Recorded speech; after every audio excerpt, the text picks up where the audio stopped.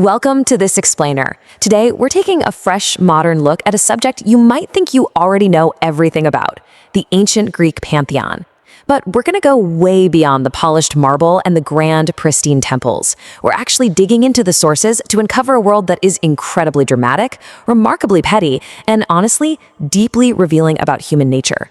It's a tale of delightfully dysfunctional deities and the absolutely incredible mortal resilience that rises up against them. Okay, let's dive right into this.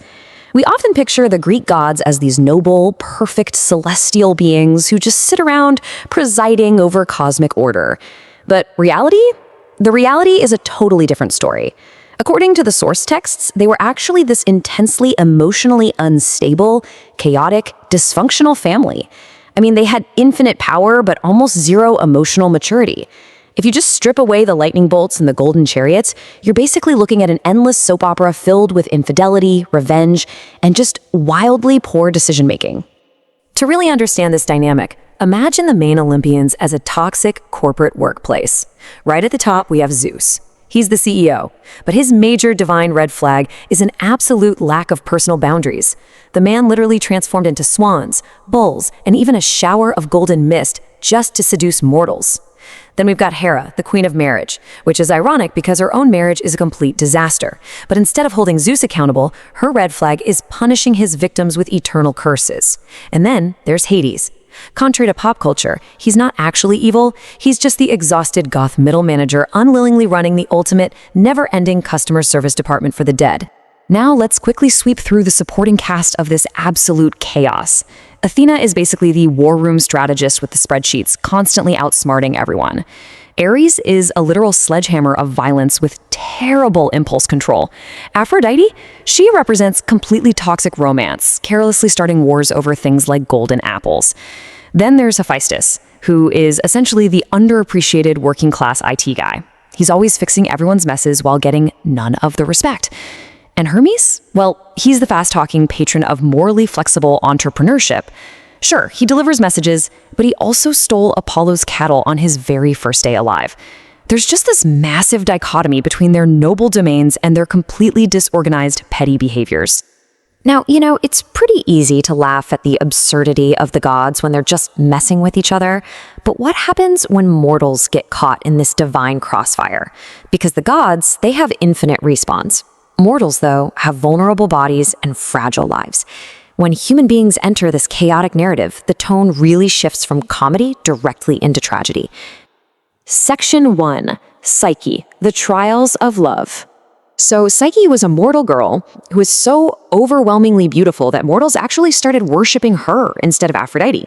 This accidental PR nightmare immediately triggered a curse. Aphrodite orders her son Eros, the god of love, to make Psyche fall for a hideous monster. But the plan spectacularly backfires. Eros accidentally pricks himself with his own divine arrow, and he falls desperately in love with her. Terrified of his mother's wrath, Eros hides Psyche away in an invisible, magical palace. He only visits her at night, loving her completely in the shadows, and strictly forbidding her from ever seeing his face just to protect them both. But, as we all know, isolation breeds doubt. Psyche's sisters come to visit, and they plant these highly toxic seeds of fear, convincing her that her unseen husband is actually a monster who's just fattening her up. Terrified, Psyche takes a lamp in the dark to finally see his face. She discovers he's the beautiful god of love. But a drop of hot oil spills onto his shoulder, waking him up. Betrayed, Eros vanishes, leaving her with a devastating parting truth. You trusted fear more than love. And just like that, her hidden paradise is completely shattered.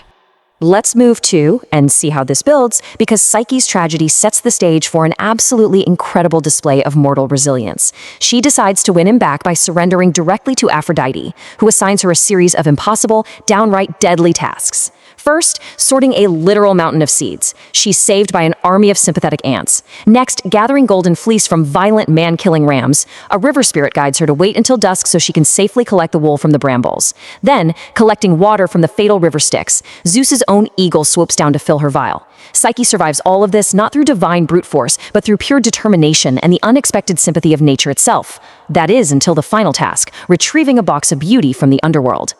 Amazingly, Psyche manages to reach the underworld and get the box from Queen Persephone, but on her way back, mortal curiosity overtakes her. Hoping to make herself beautiful for Eros, she opens it, Only, it wasn't beauty inside. It was the deathless sleep of the underworld. Psyche falls instantly, frozen in this eternal slumber. But Eros, who is now fully healed and deeply moved by what she endured just for him, finally defies his mother. He flies down, seals the sleep back in the box, and awakens Psyche with a kiss. And the crucial point here is how this story ends.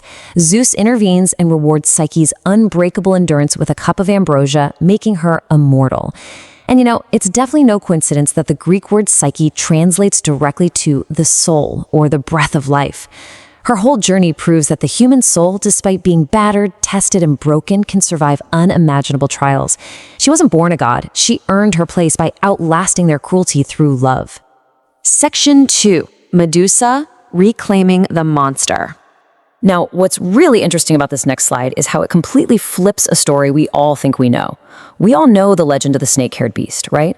But our source material strips away the monster myth to reveal a profound, absolutely devastating mortal tragedy. Medusa was actually once a devout, pure, silent priestess who dedicated her entire life to serving in Athena's temple. But then comes the divine betrayal. Poseidon, driven entirely by his own appetites, violated Medusa right on the sacred floor of Athena's temple. And how does the goddess of wisdom respond to this? Well, because gods don't punish other gods, Athena blames the mortal. She punishes Medusa for defiling her sanctuary. Athena's punishment is swift and it is cruel. Medusa is exiled to a bleak, windswept island. Her hair is transformed into writhing serpents. Her gaze is cursed to turn any onlooker to stone. And as a direct result, she's hunted endlessly by men seeking glory. But really, think about this curse for a second. It's essentially extreme isolation disguised as defense. Medusa can never look at another living soul without destroying them. She didn't ask to be a monster. She was literally forced into the role by a world that needed someone to blame. And then enters Perseus, the supposed great hero. But if you look closely at this stolen narrative, it's incredibly dark. First, he's gifted overwhelming divine tools by the gods: winged sandals, an invisible helm, a mirrored shield. He approaches the isolated island where Medusa is living in exile, and then he beheads her. But the absolutely crucial detail that the myths so often gloss over, he does it while she is peacefully sleeping. There was no epic battle. A boy with godly cheat codes just snuck up on a sleeping, traumatized, isolated woman and murdered her. And the tragedy deepens even further with the aftermath, the literal weaponization of her trauma. Perseus gives Medusa's severed head to Athena, who mounts it on her Aegis shield. Think about that. The very goddess who failed Medusa, who punished her for being a victim, now uses the terror she inflicted on Medusa's face as an eternal weapon of empire. Wherever Athena marched, the face of the woman she wronged turned armies to stone. And this brilliantly illustrates a really haunting truth. Sometimes the monster is not the one with fangs, but the one holding the sword. Over centuries, history has slowly begun to reframe Medusa. Women who have been wronged, survivors of violence, and the powerless started looking at her not as a beast to be slain, but as a protector. Her story has been reclaimed to highlight the sheer injustice of the systems that condemned her in the first place. Section 3. The Enduring Soul. When we put this highly dysfunctional family of Olympus side by side with mortals, a really clear picture emerges. The gods may have perfect, immortal bodies, but they have incredibly chaotic, petty, and fragile minds. I mean, they break under the slightest insult. The mortals, on the other hand, have highly vulnerable bodies. They can be killed, cursed, or turned into monsters, but they possess an unbreakable resilience. The true legacy of Greek mythology isn't about worshiping the divine perfection of Zeus's lightning bolts. It's about recognizing the human capacity to survive unfair systems, navigate impossible trials, and endure through the raw power of the soul. So I really want to leave you with this final thought today.